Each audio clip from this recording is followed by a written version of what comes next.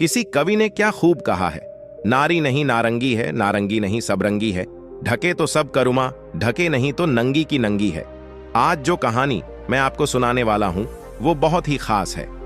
ये कहानी है त्रिया चरित्र की। जो भी मनुष्य इस कहानी को पूरा सुनता है वो कभी भी अपने जीवन में धोखा नहीं खाता है। इस कहानी को सुनकर आप अपने जीवन में कई बदलाव ला सकते हो। बहुत समय पहले की बात है। किसी राज्य में एक राजा रहा करता था। वह राजा बहुत ही धर्मात्मा राजा था। उसकी राज्य की चर्चाएं बहुत दूर दूर तक फैली हुई थीं।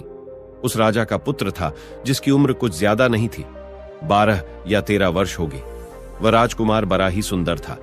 राजा उसकी शादी कर देता है। जब राजा ने उसकी शादी की तो राजकुमार उस वक्त मात्र 14 वर्ष का था।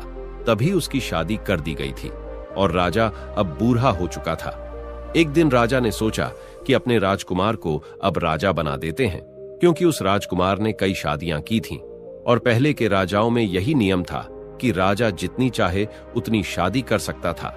वह राजा अपने पुत्र राजकुमार को राजा बना देता है। उसकी शादी हो चुकी थी और एक नहीं बल्कि राजकुमार की 7 शादी हो चुकी थी। वह राजकुमार जो कि राजा बना था अपनी पढ़ाई लिखाई फिर भी कर रहा था। वह रोज गुरुकुल पढ़ने के लिए जाया करता था और एक दिन की बात है, जब वह राजकुमार पढ़ने के लिए विद्यालय जा रहा था तो रास्ते में उसे एक पनिहारी मिली।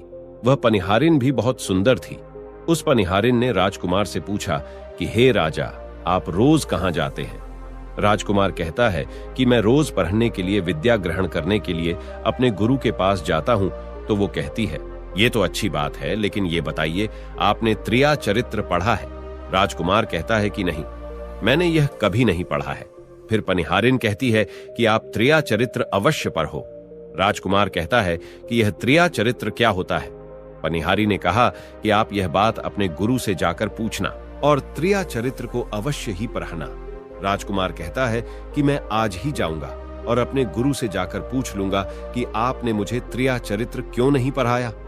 इतनी बात कहने के बाद वह राजकुमार वहां से चल देता है। वो पनिहारिन की बात सुनकर वह राजकुमार गुस्से में था। उसकी आंखें लाल थीं। वो अपने गुरु के पास जाकर प्रणाम करता है। गुरुजी ने पूछा कि बेटा, क्या हुआ? आज तुम क्रोध में दिखाई दे रहे हो और तुम्हारी आंखें लाल क्यों हैं? क्या बात है, मुझे बताओ। राजकुमार ने क्रोध में जवाब दिया कि गुरुदेव, आपने मुझे त्रिया चरित्र क्यों नहीं पढ़ाया? यह बात आपने क्यों छुपाई? त्रिया चरित्र के बारे में मुझे बताया क्यों नहीं? गुरु कहते हैं, बेटा, तुम त्रिया चरित्र नहीं पढ़ पाओगे, क्योंकि त्रिया चरित्र पढ़ना खतरे से खाली नहीं होता है और जब तुम त्रिया चरित्र पढ़ोगे तो उसमें तुम्हारी जान भी जा सकती है। राजकुमार कहता है कि गुरुदेव, आप इसकी चिंता न करें, अपनी रक्षा हम स्वयं कर लेंगे। आप केवल मुझे त्रिया चरित्र पढ़ाइए। गुरुदेव कहते हैं कि ठीक है, अब तुमने हट कर ही ली तो अब हम तुम्हें त्रिया चरित्र पढ़ाते हैं। त्रिया चरित्र पढ़ते पढ़ते राजकुमार को 1 साल हो गए और जब 1 वर्ष हो गया तो गुरु ने कहा कि बेटा, अब तुम्हारी पढ़ाई पूरी हो चुकी है। अब तुम घर जा सकते हो और आराम से अपने राज्य को चला सकते हो। अब तुम्हें यहां आने की कोई आवश्यकता नहीं है। राजकुमार कहता है, ठीक है गुरुदेव। राजकुमार जैसे ही जाने को होता है, गुरुदेव उसे रोक लेते हैं और कहते हैं, बेटा, मैं तुम्हें एक ऐसा यंत्र देता हूं, या जब तुम इसे अपने कानों में लगाओगे तो कोई भी तुम्हें पहचान नहीं पाएगा और तुम उसे पहचान लोगे। राजकुमार वह यंत्र अपने हाथों में ले लेता है और गुरु ने कहा, तुम इस यंत्र को ले जाओ और रात के 12 बजे आज ही के रात में अपने महल से निकल करके जंगल की तरफ जाना और पूर्व दिशा की ओर जाना। और जब तुम पूर्व दिशा की ओर जाओ तो ये यंत्र अपने कानों में लगा लेना और वहीं पर खड़ा हो जाना।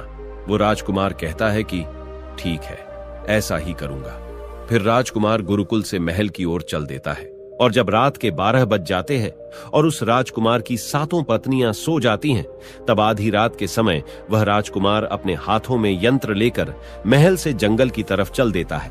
राजा जंगल में पूर्व दिशा की ओर जाता है और वहां जाकर अपने कानों में यंत्र लगा लेता है और वहीं पर खड़ा हो जाता है।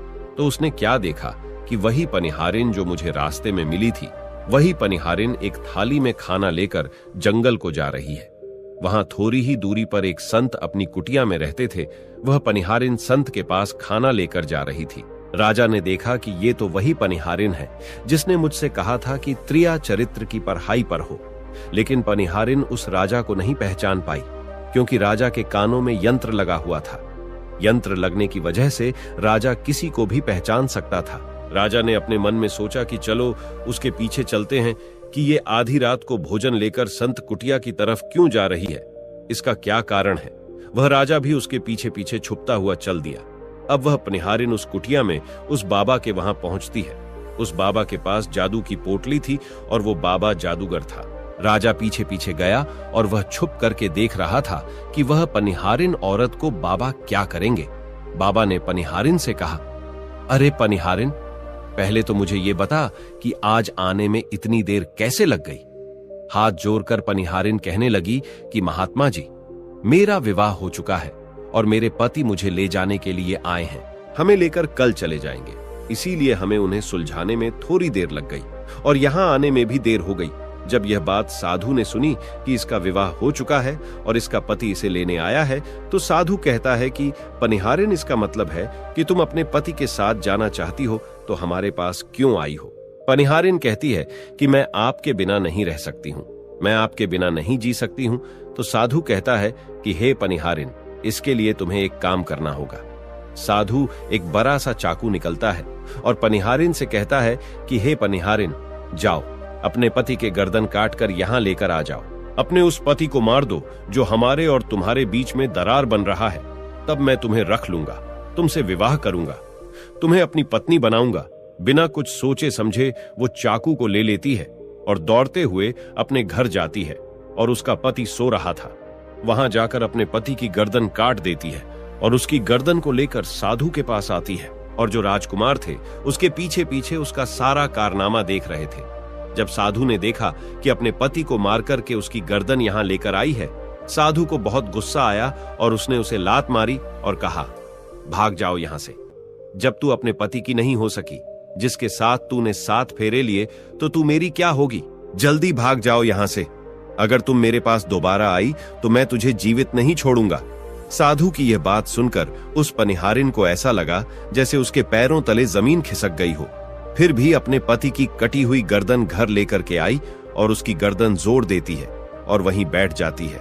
और इधर जैसे ही सवेरा हुआ, अपने पति के पास बैठकर रोने लगती है और चिल्लाने लगती है। कहती है, देखो देखो, किसी ने मेरे पति की हत्या कर दी। लेकिन रात में उस पनिहारिन का सारा कारनामा राजकुमार देख चुका था। इधर सारे गांव वाले पनिहारिन के घर चले जाते हैं और उसके पति की लाश को लेकर गांव के बाहर जाते हैं उसका दाह संस्कार करने के लिए।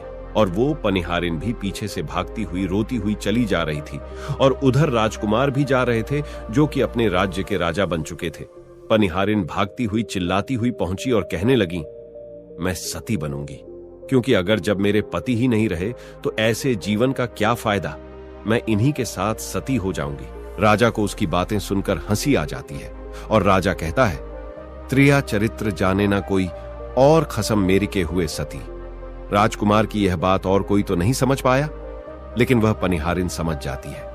कहती है कि राजा साहब, आप हमारे ऊपर यह बात कह रहे हैं, लेकिन चलिए कोई बात नहीं, मैं सती हो जाऊंगी। लेकिन पनिहारिन जाते जाते कहती है, मैं तुम्हें एक बात बताती हूं। राजकुमार कहता है, क्या बताओ।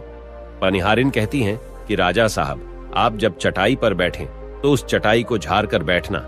राजा कहता है कि यह पनिहारिन क्या कह रही है, मैं तो राजा हूं, मुझे चटाई पर बैठने की क्या आवश्यकता है। पनिहारिन कहती है कि नहीं, जब भी तुम्हें कोई नौबत आए चटाई पर बैठने की तो तुम चटाई को झाड़ कर बैठना। राजकुमार कहता है कि चलो ठीक है, अगर तुम कह रही हो तो मैं ऐसा ही करूंगा। और कहने के बाद वह अपने पति के साथ सती हो जाती है और राजकुमार उनका अंतिम संस्कार करवाकर अपने घर को आ जाते हैं। इसी तरीके से पूरा दिन व्यतीत हुआ और उधर जब दूसरी रात आई, अपने गुरु के कहने के अनुसार वही यंत्र कान में लगाया और पूर्व दिशा की ओर उसी स्थान पर जाकर खड़ा हो गया जहां पर पिछली रात खड़ा हुआ था। दूसरी रात को राजकुमार ने क्या देखा, उसकी 7 पत्नियां भोजन की थाली अपने अपने हाथों में लेकर उसी साधु की कुटिया की तरफ जा रही हैं।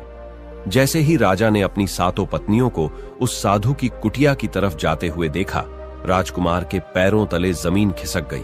वह अपने मन में सोचने लगा कि ये क्या चक्कर है।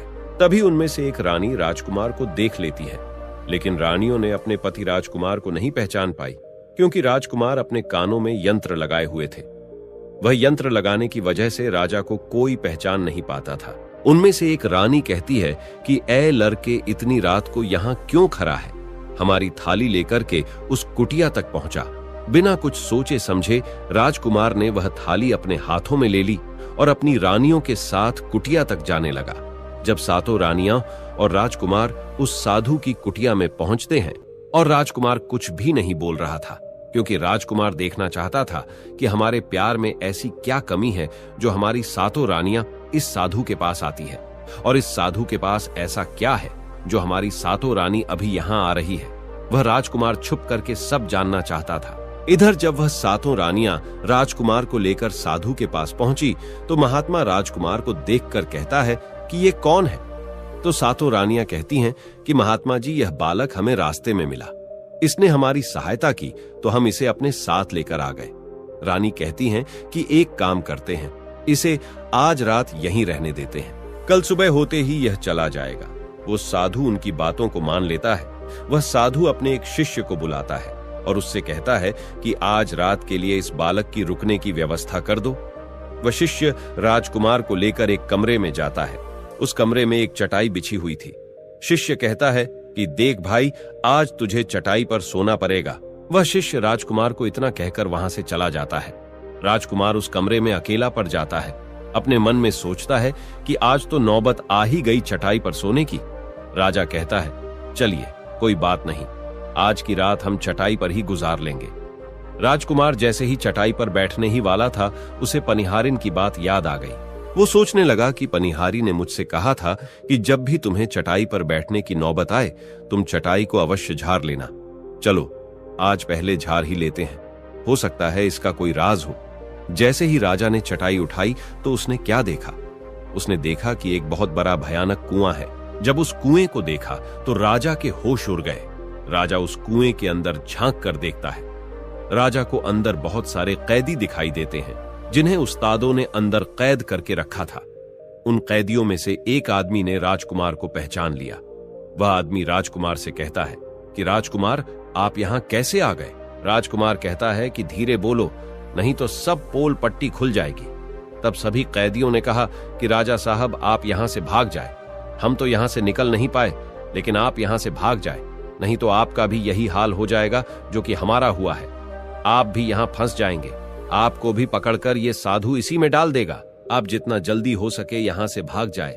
राजा जब उस कमरे के अंदर गया था तो अपने कान में से यंत्र निकाल लिया था, और जब राजा वहां से भागा तो अपने कान में यंत्र लगाना भूल ही गया। राजा को भागते हुए उन रानियों ने और साधु ने देख लिया था। रानियों ने जब राजा को भागते हुए देखा तो रानी कहती हैं, यह तो हमारे पति हैं। महात्मा से कहती हैं कि महात्मा जी, अब तो हमारी सारी पोल पट्टी खुल जाएगी। यह तो हमारे पति है और वह भागे जा रहे हैं। उन्होंने हमें यहां देख लिया है, अब हमारा क्या होगा? वह साधु कहता है कि तुम यहां क्या देख रही हो, जल्दी जाओ और अपने पति को पकड़ कर लाना। तो रानियां राजकुमार को पकड़ने के लिए दौड़ी दौड़ी जाती है, लेकिन वह राजकुमार जो राजा था इतना तेज था कि वह अपने महल जा पहुंचा, और घबराई रानियों के तो होश उड़ गए। फिर वापस उसी बाबा के पास आती है और बाबा से कहती है कि महाराज, अब तो हमारे पति हमें जीवित नहीं छोड़ेंगे। हम जैसे ही घर जाएंगे वो हमारी जान ले लेंगे। हे महात्मा, आप हमें बचा लीजिए, इसका कोई उपाय कीजिए। तब जाकर वह साधु रानियों को एक जादुई कील देता है और कहता है कि जब तुम जाओ तो अपने पति को बहला फुसलाकर उसके माथे में यह जादुई कील घुसा देना। तुम्हारे पति को ढेर बना देगा और तुम साथ मिलकर उसे मार देना। बस कहानी खत्म हो जाएगी और तुम सातों रानियों बच जाओगी। सब रानियां तैयार हो जाती हैं।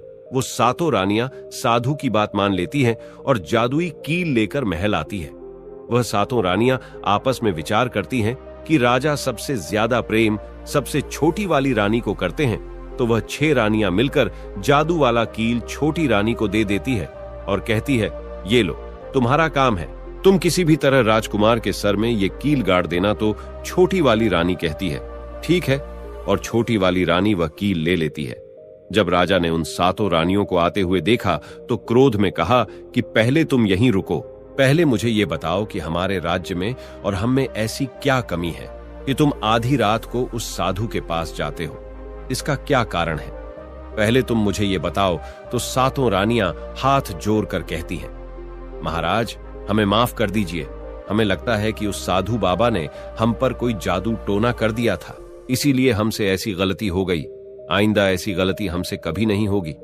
छोटी रानी की ऐसी बातें सुनकर राजा उनकी बातों को मान लेता है, क्योंकि वह राजा छोटी रानी से बहुत प्रेम करता था।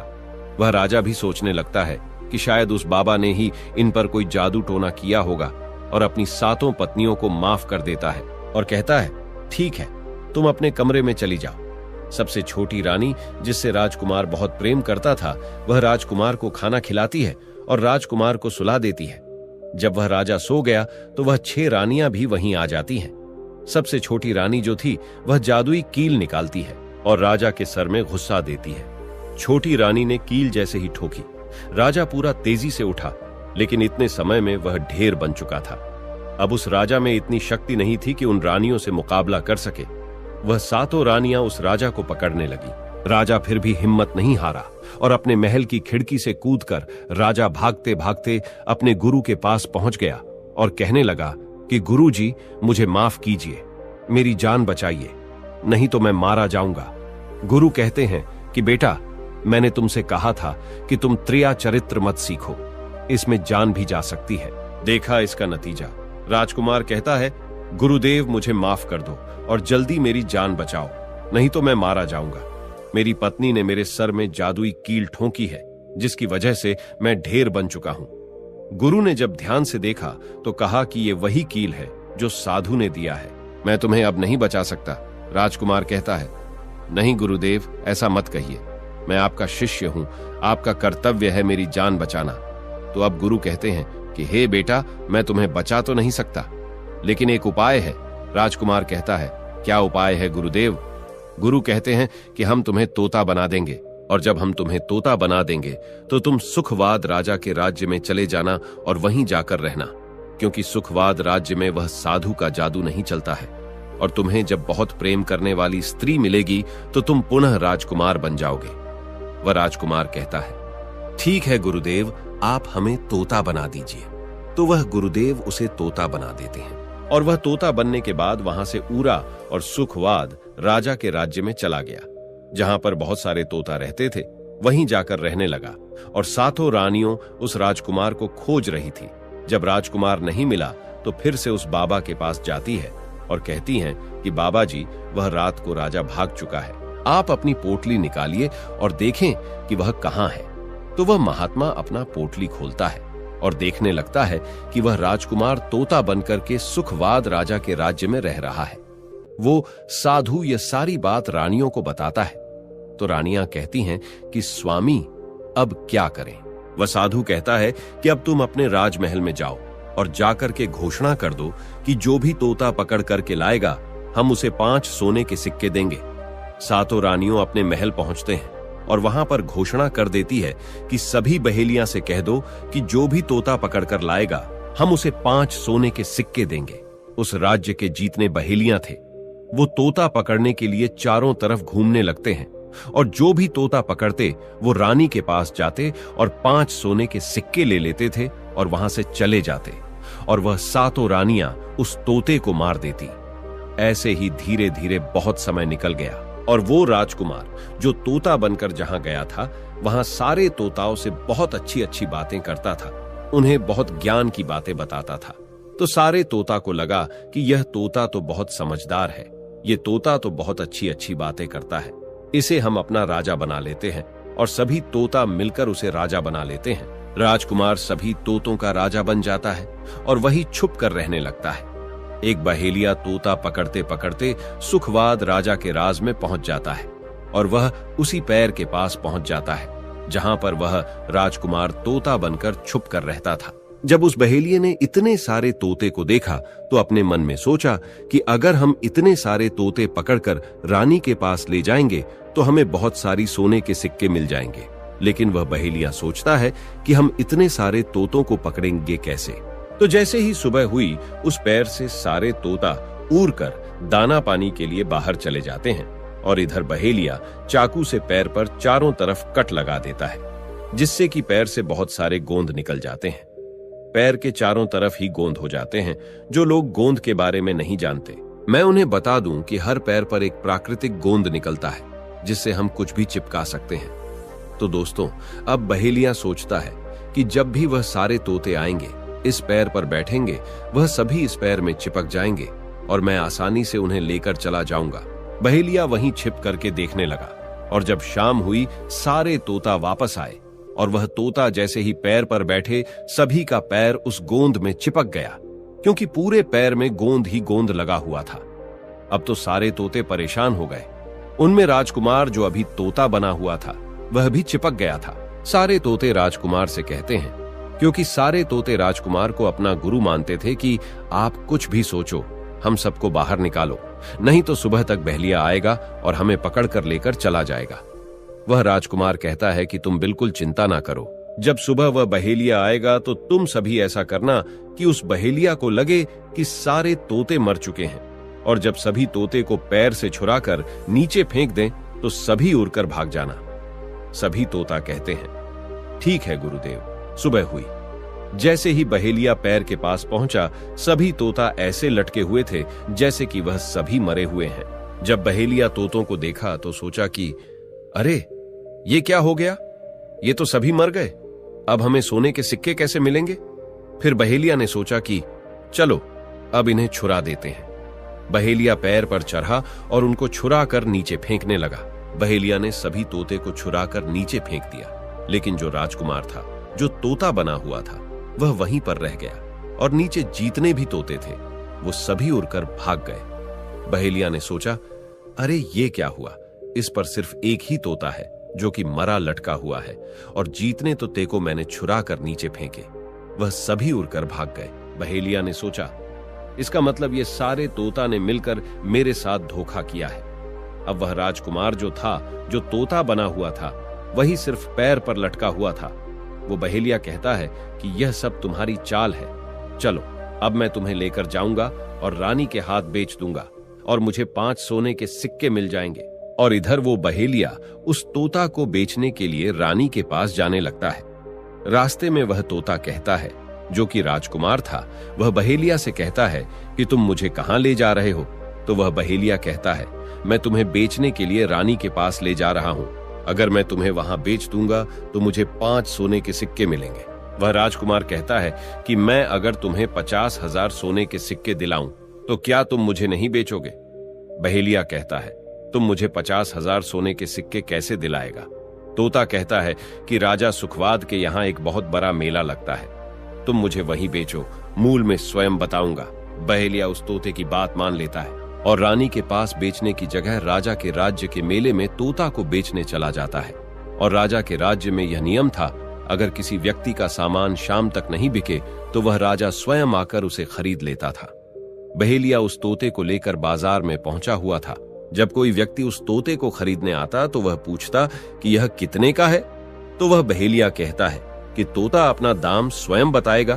तो वह तोता अपना दाम इतना बता देता कि कोई भी व्यक्ति उसे खरीद ही नहीं पाता। ऐसे ही करते करते शाम हो गई और अब सभी अपने अपने दुकान लेकर चले गए। सभी का दुकान उजड़ गया था, बस एक बहेलिया और एक तोता ही रह गए थे। इधर राजा ने अपने सिपाहियों को आदेश दिया कि जाओ देख कर आओ, किसी का सामान तो नहीं रह गया है। जब राजा के सिपाही आए तो उन्होंने देखा कि एक बहेलिया तोता को लेकर बैठा हुआ है। सिपाही बहेलिया से कहते हैं कि हे बहेलिया, तुम्हारा तोता क्यों नहीं बिका? तुम इसे कितने में बेच रहे हो? तो तोता कहता है कि जो इन्हें 50,000 सोने के सिक्के देगा वही मुझे खरीद पाएगा। उस तोते की बात सुनकर वह सिपाही आश्चर्य में पड़ जाते हैं और सोचते हैं, अरे ये तोता तो अपना अमूल्य स्वयं बताता है। तब सिपाही राजा के पास जाते हैं और राजा को सारी बात बताते हैं और कहते हैं, एक बहेलिया एक तोता लेकर बैठा हुआ है, लेकिन वह तोता अपना अमूल्य स्वयं ही बताता है। वह इतना महंगा बताता है, शायद इसीलिए उसे कोई खरीद नहीं सका। राजा सिपाहियों से पूछता है कि वह अपना मूल कितना बता रहा है। तो सिपाही कहते हैं, अपना मूल्य 50,000 सोने के सिक्के बता रहा है। चलिए हम खरीदेंगे। अगर नहीं खरीदेंगे तो आपके राज्य की बदनामी होगी कि राजा के बाजार में एक तोता नहीं बिका, और इसलिए राजा अपने मंत्रियों के साथ अपने रथ पर सवार होकर बाजार में पहुंचता है। कहता है, इसका क्या मूल्य है? बहेलिया हाथ जोड़कर कहता है कि राजा साहब अपना मूल्य तोता स्वयं बताएगा। वह राजा फिर तोते से पूछा तो तोता कहता है कि राजा साहब जो इन्हें 50,000 सोने के सिक्के देगा वही मुझे खरीद पाएगा। अपने सिपाहियों से 50,000 सोने के सिक्के मंगवाता है और बहेलिया को पकड़ा देता है और तोता को लेकर अपने महल चला जाता है। वह तोता बहुत ही बुद्धिमान था क्योंकि वह राजा था। वह तोता राजा को बहुत अच्छी अच्छी बातें बताने लगा। जब राजा पर कोई खतरा आने वाला होता तभी वह तोता बता देता कि राजा साहब आप पर यह खतरा आने वाला है, और इसी तरह सब उस तोते से बहुत अधिक प्रेम करने लगते हैं। जब यह बात रानियों को पता चला कि राजा ऐसा तोता लेकर आए हैं जो कि बोलता भी है और बहुत अच्छी अच्छी बातें बताता है, तो रानियां राजा से कहती हैं उस तोता को मेरे पास भिजवा दीजिए, हम भी उस तोता को देखना चाहते हैं, हम उस तोता से बातें करना चाहते हैं। राजा अपने मंत्रियों से कहकर वह तोता रानियों के पास भिजवा देता है। रानी उस तोते से बातें करके बहुत खुश हो जाती है। वो रानी भी तोते से बहुत प्रेम करने लगती है और कहती हैं कि वाह रे तोता, इसीलिए तुझे राजा साहेब ने 50,000 सोने के सिक्के देकर खरीदा है। राजा की एक पुत्री थी जो कि बड़ी सुंदर थी। रानी अपनी पुत्री से कहती है कि आज से तुम ही इस तोते का ध्यान रखोगे और कल तुम इसे अच्छे से धोकर नहला देना। वो राजकुमारी भी उस तोते से बहुत प्रेम करती है। जैसे ही सुबह हुआ, राजकुमारी उस तोते को लेकर नहलाने जाती है। राजकुमारी उसे नहला रही थी तो उसने देखा कि तोता के सिर पर कील सा कुछ लगा हुआ है। राजकुमारी उसको निकाल देती है। राजकुमारी जैसी ही कील को निकालती है, वह तोता पहले वाला एक सुंदर सा राजकुमार बन जाता है। उसे देखकर राजकुमारी घबरा जाती है। राजकुमार कहता है कि तुम घबराओ नहीं, ये कील वापस से मेरे सर में लगा दो तो मैं फिर से तोता बन जाऊंगा और इसके बारे में मैं तुम्हें रात्रि में बताऊंगा। तुरंत ही वह राजकुमारी वह कील राजकुमार के सर में लगा देती है और वह वापस से तोता बन जाता है। रात को राजकुमारी तोते को लेकर अपने कमरे में जाती है और उसके सर से कील निकाल देती है और वह तोता फिर से राजकुमार बन जाता है। वह राजकुमार अपनी सारी दास्तां उस राजकुमारी को बताता है और कहता है, माफ करना, यह दास्तां तुम किसी को बताना नहीं तो मेरी जान चली जाएगी। राजकुमारी इसके बारे में अपनी माता और पिता को भी नहीं बताती है। दिन भर वह तोता रहता है और रात को राजकुमारी उस तोते को अपने कमरे में ले जाती और उसके माथे से कील निकाल देती और वह राजकुमार बन जाता और रात में वह दोनों साथ में ही रहते और ऐसे ही धीरे धीरे समय निकलता गया। राजकुमारी को राजकुमार से प्रेम हो जाता है। इधर क्या हुआ, जो राजकुमार की पत्नियां थीं वह बहुत सारे तोते मरवा देती हैं, लेकिन जो राजकुमार तोता बना हुआ था वह उन्हें नहीं मिलता है और वे उसी साधु के पास जाती हैं और कहती है कि हे महात्मा, हमारे पति तो अभी तक हमें नहीं मिले, हम अब क्या करें, उन्हें कैसे मारें। वो साधु फिर से अपनी पोटली खोलता है और देखता है कि वह राजकुमार अभी तक तोता बन के राजा के घर में रह रहा है। वह साधु रानियों से कहता है कि तुम एक काम करो कि तुम नृत्य कला सीखो। हम सभी मिलकर उस राजा के घर नृत्य कला करने जाएंगे और जब राजा हम पर प्रसन्न हो जाएगा और हमें कुछ मांगने को कहेगा तो हम उस तोते को ही मांग लेंगे और फिर आसानी से उसे मार देंगे। धीरे धीरे समय बीता। साधु तबला बजाता और सातों रानी पूरी तरह से नृत्य कला सीख चुकी थी। अब साधु को लगा कि हम सफलता प्राप्त कर सकते हैं और उस तोते को उस राजा से मांग सकते हैं। साधु का भेष बदल करके उन सातों रानियों को नृत्य कला वाली स्त्री बनाकर के राजा के दरबार में पहुंच गया। राजा उस साधु से पूछता है कि आप लोग कौन हैं, यहाँ क्यों आए हैं। तब साधु कहता है कि हम सब नृत्य कला वाले हैं, आपके महल में हम नृत्य कला दिखाना चाहते हैं। राजा को भी गाने और बजाने का बहुत शौक था, वह मान जाते हैं। उधर वह साधु अपना गाना बजाना चालू करता है। जब उनकी गाने बजाने की आवाज तोता के कानों में पहुंची तो तोता समझ गया कि वह साधु हमारी सातों रानियों को लेकर भेष बदल कर यहाँ पर आ गया है, अब हमारी जान नहीं बचेगी। लेकिन जब राजकुमारी उस तोते को लेकर अपने कमरे में जाती है, उस तोते के सर से कील निकालती है और वह तोता राजकुमार बन जाता है और वह राजकुमार सारी बातें उस राजकुमारी को बताता है। कहता है कि देखो, जो यह गाने बजाने वाले आए हैं यह वही साधु हैं। यह गाने बजाने से राजा को खुश कर देगा और बदले में मुझे मांग लेगा और ले जाकर मुझे मार देगा। वह राजकुमार कहता है कि सुनो राजकुमारी, जब राजा आदेश दें कि तोता को लेकर आओ तो तुम मुझे मत देना। जब राजा खुद यही मुझे लेने आए तब भी तुम मुझे मत देना। कहना कि तोता को नहीं दूंगी, और जब राजा ना माने, राजा तुमसे जिद करें और मुझे मांगे, तब तुम गुस्से में आकर के पिंजरे को फेंक देना। उसके बाद मैं अपने बचने का रास्ता हम स्वयं ही ढूंढ लेंगे। राजकुमारी कहती है कि ठीक है, और वहां गाना बजाना हुआ तो राजा प्रसन्न होकर उन्हें कहते हैं कि मांगो, क्या मांगना चाहते हो। वह साधु कहता है कि जो आपके पास तोता है, जो आप कुछ दिनों पहले ही खरीदे हैं, वह तोता आप मुझे दे दो। राजा कहता है ठीक है। राजा अपने मंत्री को आदेश देता है कि जाओ, उस तोते को लेकर आओ। मंत्री राजकुमारी के पास पहुंचता है और कहता है कि यह तोता मुझे दे दो। राजकुमारी कहती है नहीं दूंगी। मंत्री कहता है कि देखिए, आप जिद मत कीजिए। राजकुमारी कहती है कि तुम जाओ और मेरे पिताजी को यहां भेज दो, वह आकर इसे ले जाएंगे। मंत्री राजा को जाकर सारी बात बताता है। राजा स्वयं आता है उस तोते को लेने के लिए। वह राजा जाकर कहता है कि बेटे, यह तोता मुझे दे दो। यह नृत्य कला वाले को देना है जो यहां गाना बजाना किए हैं, यह उन्हें देना है। तो राजकुमारी कहती हैं कि पिताजी, यह तोता मैं नहीं दूंगी। क्रोध में आकर राजा कहने लगा कि बेटी, कैसी बातें कर रही हो, इसे देने का मैंने वादा किया है। जब राजकुमारी ने राजा को क्रोध में देखा तो राजकुमारी को भी गुस्सा आ गया और राजकुमारी गुस्से में पिंजरे को जमीन पर फेंक देती है। वह पिंजरा जैसे ही जमीन पर गिरा, वह टूट गया और तोता जो था वो चावल का दाना बन गया।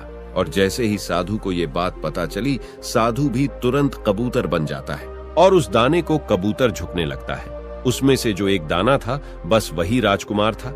जैसे ही वह दाना कबूतर झुकने वाला होता है, राजकुमार बाज बन जाता है और एकदम से कबूतर पर झपटता है और उसे मार देता है। इस तरह से उस साधु की मृत्यु हो जाती है। राजा यह सब देखकर आश्चर्यचकित हो जाता है। उस कबूतर को मारकर फिर से तोता बन जाता है और जो राजकुमारी थी, उस तोते से कील निकाल देती है और वह फिर से पहले जैसा राजकुमार बन जाता है। वह राजकुमारी अपने पिता को सारी बात बता देती है। वह राजकुमार कहता है कि देखिए राजा साहब, मैं भी एक राजा हूं और मैं आपकी बेटी से प्रेम करता हूं और मैं उनसे शादी करना चाहता हूं। वह राजा अपनी पुत्री से पूछता है कि बेटी, क्या तुम इससे शादी करना चाहती हो? तो राजकुमारी कहती हैं कि पिताजी, मैं इनसे प्रेम करती हूं। और फिर राजकुमार उस राजा की पुत्री से विवाह करके अपने महल जाता है और जो उनके 7 पत्नियां थीं, उनको पकड़कर बंदी गृह में बंद करवा देता है और राजकुमार खुशी खुशी उस राजकुमारी के साथ रहने लगता है। दोस्तों, जब कोई स्त्री कभी कभी किसी परिस्थिति में चतुराई या चालाकी दिखाती है या दूसरों को बेवकूफ मानते हुए कोई अभिनय, ढोंग या पाखंड करती है, तो इसे ही त्रिया चरित्र कहते हैं, जिसे पढ़ने के बाद राजा को अपनी जान बचाने के लिए क्या क्या नहीं करना पड़ा, क्योंकि राजा को स्त्री के त्रिया चरित्र की पूरी जानकारी हो चुकी थी कि कैसे जब एक स्त्री को अपना स्वार्थ दिखने लगता है तो वह अपने लोगों को भी बेवकूफ बनाकर अपना स्वार्थ को पूरा करती है और उसके साथ रहने वाले लोगों को इसके बारे में भनक तक नहीं लगता कि यह स्त्री त्रिया चरित्र की खेल कर रही है। दोस्तों, आज के टाइम में हर दूसरा लोग त्रिया चरित्र कर रहा है, जिसके अंदर थोड़ा सा भी स्वार्थ है। इसलिए दोस्तों, जो आपके दिल के करीब है, उसके बारे में आप पूरी जानकारी रखिए कि उसके अंदर खुद को लेकर कोई स्वार्थ तो नहीं छुपा है, और अगर ऐसा है तो आप उनसे थोड़ा दूर ही रहिए, क्योंकि ऐसे में आपको जिंदगी के हर एक कदम पर धोखा ही मिलेगा। क्योंकि एक स्वार्थी स्त्रियां अपनी स्वार्थ के लिए जिंदगी में कुछ भी कर सकती हैं। तो दोस्तों, आपको ये वीडियो कैसी लगी कमेंट करके जरूर बताएं। वीडियो पसंद आई हो तो लाइक करें, चैनल को सब्सक्राइब करें, अपने ऐसे दोस्तों के साथ शेयर जरूर करें जिसे त्रिया चरित्र के बारे में पता ना हो।